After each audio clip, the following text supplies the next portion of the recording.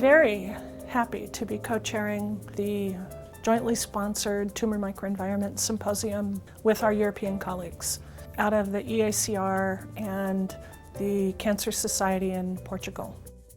International diversity, I think, breeds the possibility to infuse a field with a unique opportunity for new ideas.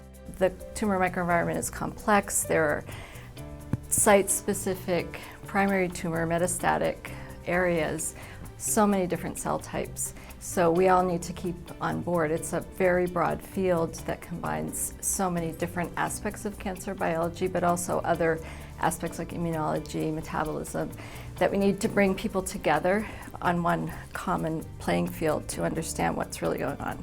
The immune biology and immunotherapies are going to be a key topic because physicians now are understanding how to manipulate the immune system so that we can treat cancers, and understanding why some cancers are immune sensitive and others are resistant.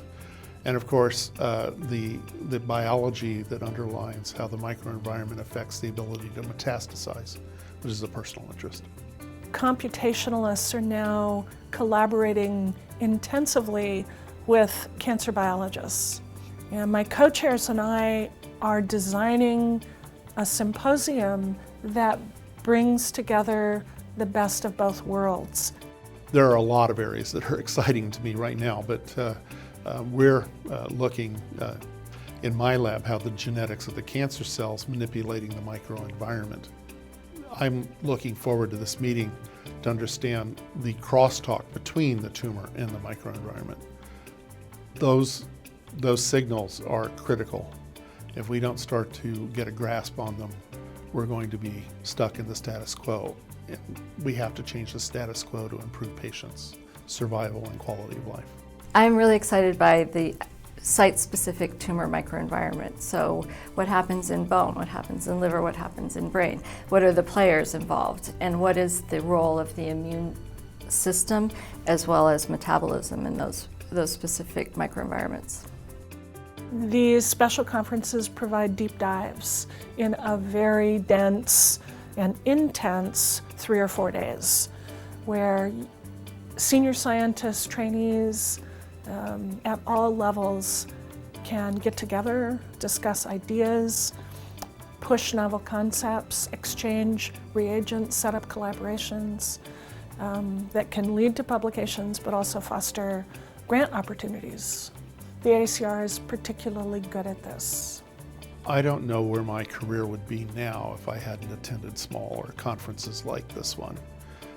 The ability to meet people in a smaller conference is so much easier when you're trying to look at the big names in the field and those people who help mentor me still to this day.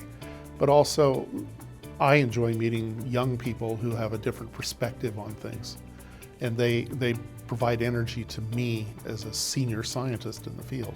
They'll benefit many ways. One is that they'll see the latest cutting-edge research in the field. This is a very broad field that is multidisciplinary, cutting across many different areas of expertise. They'll get to meet leaders in the field and network with them, and personally show their research to those leaders, and perhaps identify collaborators for new projects.